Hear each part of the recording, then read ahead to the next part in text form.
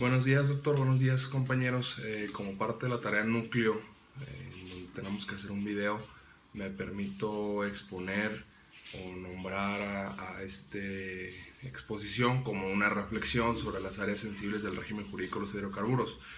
Es decir, aquellas áreas en donde, a mi parecer o en mi opinión personal, resultan sensibles para el Estado por su propia naturaleza. El regirlas. Por ejemplo,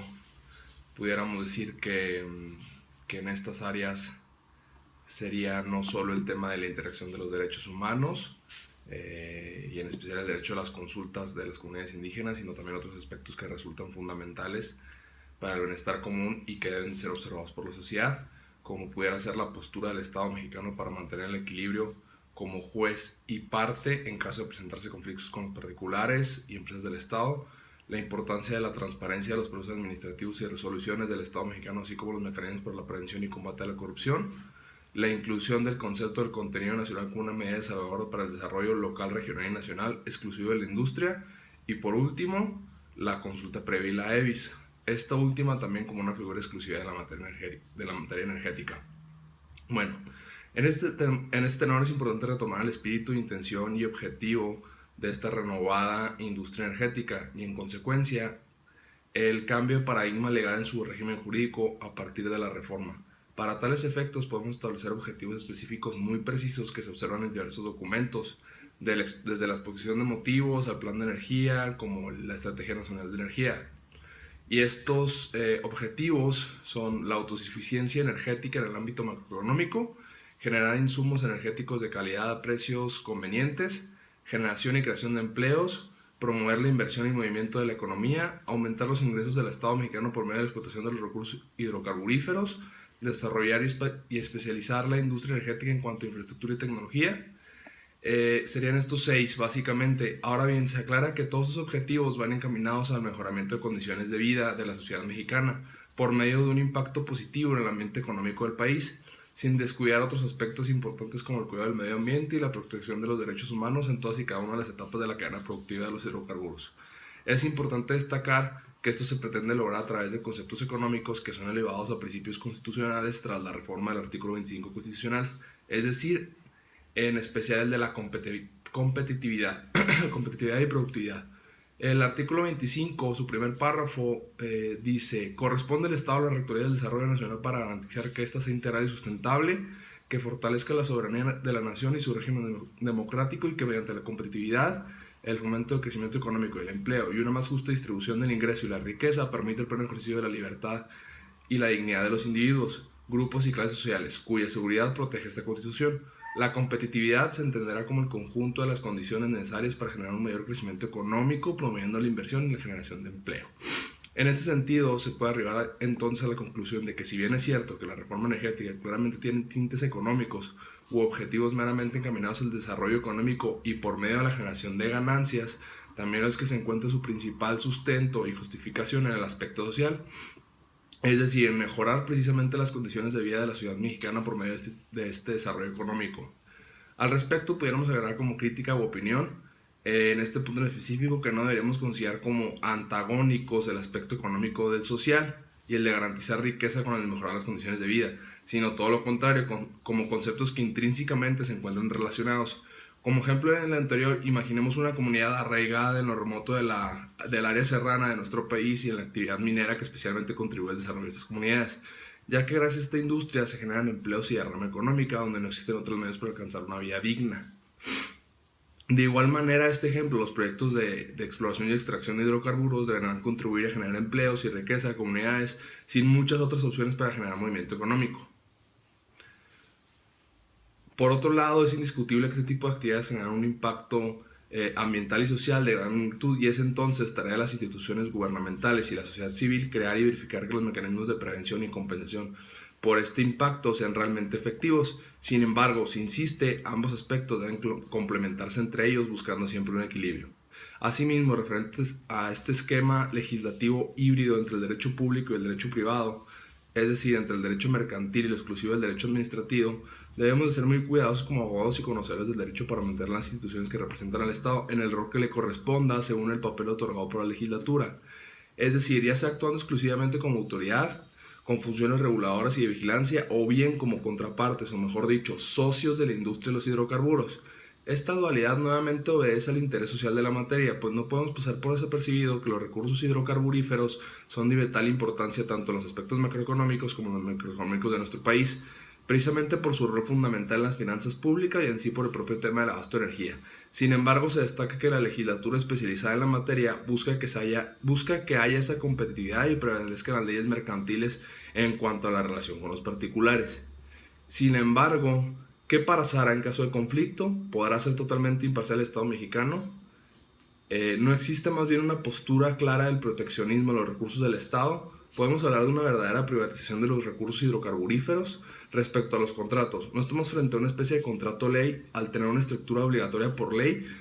Por otro lado, si la adjudicación es por medio de licitaciones y se adelantan sus términos y condiciones, ¿realmente qué queda al arbitrio o negociación de los particulares? ¿No es este acuerdo de voluntad lo que precisamente reviste naturaleza mercantil los contratos entre los particulares? Al respecto, podríamos afirmar que luego de casi 5 años de la reforma energética, estas interrogantes no han sido del todo resueltas. En especial, no está del todo claro de qué manera tendrán que interpretarse las normas en caso de conflicto. Esta incertidumbre se transmite a la sociedad que al no ver una línea divisoria clara entre el Estado como autoridad y el Estado como parte en este nuevo modelo legislativo, duda del vigor y de la efectividad del Estado en cuanto a la vigilancia que debe haber en la materia. Y en este sentido concuerdo que, número 1, esta línea divisoria es muy delgada y número 2, deben implementarse más mecanismos que permitan tener control sobre las determinaciones del Estado como organismos constitucionales que inclusive puedan ser conformados por la propia sociedad civil y así tener un contrapeso, precisamente para evitar que el Estado actuando como socio interfiera en las decisiones que tome el Estado actuando como autoridad. ¿Sí? Afectará y al sentir de la opinión pública esto va a afectar más a la sociedad mexicana en general que a las empresas privadas que interactúen con el Estado. Lo anterior claramente bajo la premisa de que el Estado, impulsado por su deseo de generar ganancias económicas directas para las finanzas públicas, pueda actuar con negligencia y obviar procesos en aras de sacar adelante a como dé lugar los proyectos de extracción de hidrocarburos.